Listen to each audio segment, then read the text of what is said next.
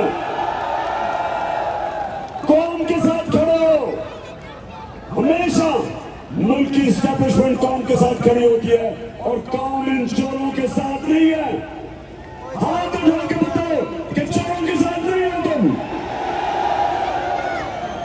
इंशाअल्लाह इस्लामाबाद में आवाम का समंदर आ रहा है। सारा इस्लामाबाद और पिंडी तैयारी कर रहे, क्योंकि जो आवाम आने वाली है, ये जब तक मुल्क में हमारी हकीकी आजादी की तहरीक कामयाब नहीं होती, ये अब तहरीक रुकने नहीं लगी। आपने अब मेरे साथ हाथ उठा के हाथ लेना। मैं यहां से पढ़ूंगा, आपने रिपीट करना है। मोबाइल फोन की लाइट्स ऑन कर रहे हैं और हाथों से ऊपर बुलंद कर दो, पीछे तक। बिस्मिल्लाहिर्रहमानिर्रहीम।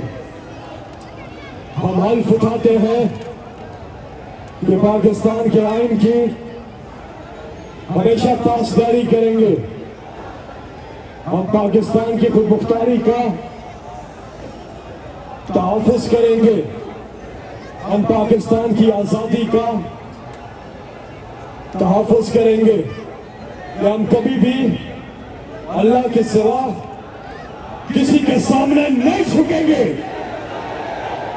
और हम हकीकी आज़ादी के इस जिहाद में आखिर तक इमरान खान के साथ जद्दोजहद करेंगे और हर किस्म की कुर्बानी के लिए तैयार रहेंगे।